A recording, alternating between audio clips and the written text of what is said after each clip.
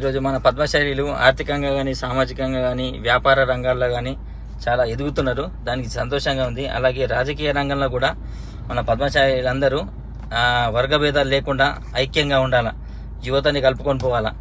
చిన్న పెద్ద తేడా లేకుండా సీనియర్ నాయకులు కూడా యువతని ఎంకరేజ్ చేయాలి. వాళ్లకు నచ్చిన రంగాలలో వాళ్ళని ప్రోత్సహించాలి. మన ఒక రాజకీయ నాయకుడి దగ్గర కాకుండా ప్రతి ఒక్క రాజకీయ నాయకుడు మనల్ని వాడుకొని వదిలేస్తుంది తప్ప కానీ మన కోసం చేసింది ఏం లేదు. సంఘానికి కానీ మా యువతకు కానీ ఎటువంటి ఉపాధి అవకాశాలు లేక ఏం చేయలేని పరిస్థితులు ఉన్నారు యువత కూడా. అందుకని యువత రాజకీయ రంగాల్లో తప్పకుండా ముంగట రావాలి. రాజకీయాల్లో కూడా వాళ్ళు రాజకీయ నాలెడ్జ్ కానీ రాజకీయాల సంఘాలలో తిరుగుతూనే యువతకి ఏమైనా తెలుస్తుంది కూడా ఏం జరుగుతున్నాయి అన్నది.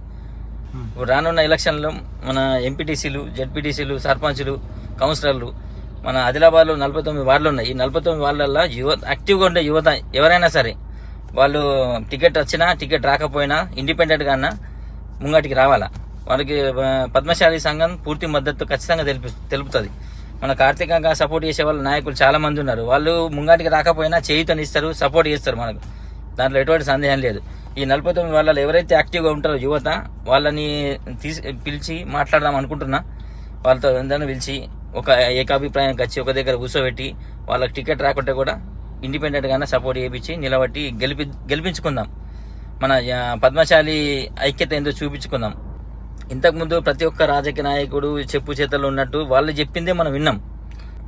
దీనికి కారణం ఒకటే, మనం ఐక్యత లేకపోవడం. ఫస్ట్ ఇప్పుడు వచ్చే యువత ఏం చేయాలంటే దేనికైనా ముందుండాలి. ఫస్ట్ ఇండిపెండెంట్గా పోటీ చేసైనా కానీ ఐక్యంగా ఉండి మన పద్మశాలి జెండా ఆదిలాబాద్లో ఎగిరేయాలా. ఆ స్టేజ్కి మనం రావాలా. మన స్ట్రెంత్ ఎక్కువ ఉన్నది పద్మశాలిది. ఈ స్ట్రెంత్ ఎక్కువన్నా మనం ఏమి సాధించలేకపోతున్న కారణం ఏంటంటే మనం ఐక్యత లేకపోవడం. ఇదే మెయిన్ కారణం. అందుకే మనల్ని ఏ రాజకీయ నాయకుడు పట్టించుకుంటలేడు. ఫస్ట్ మనల్ని ఏ టికెట్ ఇయ్యడు, ఏది పట్టించుకోవడం కారణం ఇది, మనం ఐక్యత లేకపోవడం.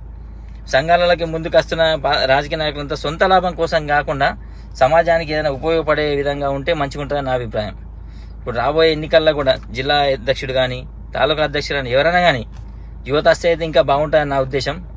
ఇప్పుడున్న పరిస్థితులలో రాజకీయ రంగంలో ఎదిగితే ఆర్థికంగా ఎదిగినట్టే. అన్ని రంగాల కన్నా ఆ రాజకీయ రంగం చాలా విలువైనది ఇప్పుడున్న సిచ్యువేషన్లో. కాబట్టి ప్రతి యువత, మన పద్మశాలి యువత ముఖ్యంగా రాజకీయాల్లోకి రావాలా, సంఘాలని పట్టించుకోవాలా, సంఘాల్లోకి రావాలని కోరడం జరుగుతుంది.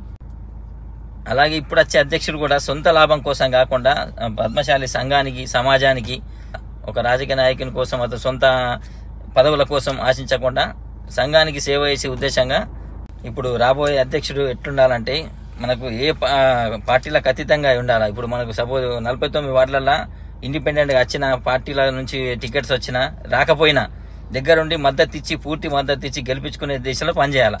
అయితేనే ఇలా పద్మశాలీలు రాజకీయంగా ఎదుగుతారు. ప్రతి ఒక్క రాజకీయ నాయకుని చూపు మొత్తం పద్మశాలి వైపే ఉంది. పద్మశాలీలు చురుగ్గా యాక్టివ్గా పాల్గొంటున్నారు కాబట్టి టికెట్లు ఎక్కువ ఇచ్చే దిశలో నడుస్తున్నది. చర్చలు వినబడుతున్నాయి ప్రతి ఏరియాలో. పద్మశాలీలను ఈసారి యాక్టివ్గా తిరుగుతున్న వాళ్ళందరూ ఆర్థికంగా కూడా మంచిగా ఉన్నారు కాబట్టి వాళ్ళకి టికెట్లు ఇచ్చే అవకాశాలు ఎక్కువ ఉన్నాయి. కాబట్టి రానున్న అధ్యక్షుడు వాళ్ళని దగ్గర నుండి గెలిపించుకుంటే బాగుంటుందని అనుకుంటున్నాను.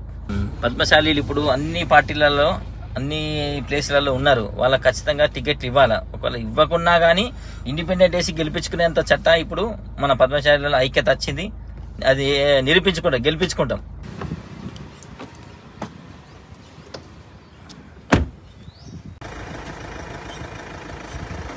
ఛానల్ని లైక్ చేయండి, షేర్ చేయండి, సబ్స్క్రైబ్ చేయండి.